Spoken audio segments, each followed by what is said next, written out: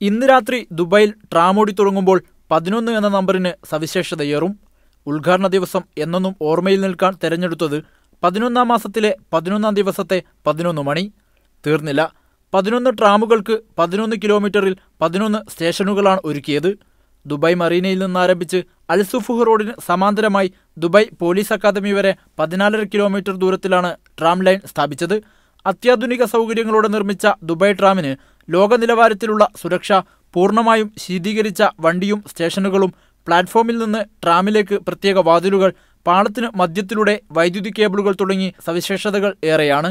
UAE vice പ്രസിഡന്റും പ്രധാനമന്ത്രിയും Dubai ഭരണാധികാരിയുമായ Sheikh Mohammed bin Rashid Al മക്തൂമിന്റെ സ്വപ്ന പദ്ധതിയാണ് ട്രാം സർവീസ്. ഏറെ മെച്ചപ്പെട്ട പൊതുഗതാഗത സൗകര്യം ഉറപ്പുവരുത്താനുള്ള അദ്ദേഹത്തിന്റെ താൽപര്യത്തിന്റെയും ദീർഘവീക്ഷണത്തിന്റെയും ഭാഗമായാണ് മെട്രോയ്ക്ക് ശേഷം ട്രാമും യാഥാർത്ഥ്യമാവുന്നത്. 7 കോച്ചുകളുള്ള ഒരു ട്രാമിൽ ഒരു ഗോൾഡ് ക്ലാസും സ്ത്രീകൾക്കും കുട്ടികൾക്കുമുള്ള 2 സിൽവർ ഉൾപ്പെടെ 6 സിൽവർ കോച്ചുകളുമാണുള്ളത്. ട്രാമിന്റെ ഔദ്യോഗിക ഉദ്ഘാടനം ഇന്ന് രാത്രി നിർവഹിക്കുമെങ്കിലും നാളെ രാവിലെ 6:30 മുതലാണ് പൊതുജനങ്ങൾക്കുള്ള ട്രാം സർവീസ് ആരംഭിക്കുക. 2008-ലായിരുന്നു ട്രാമിന്റെ നിർമ്മാണ കരാർ ഒപ്പിട്ടത്. ദുബായ് മെട്രോയുടെ നടത്തിപ്പുകാരായ ബ്രിട്ടനിലെ സെർക്കോ കമ്പനിക്ക് തന്നെയാണ് ട്രാം സർവീസിന്റെയും നടത്തിപ്പ് ചുമതല.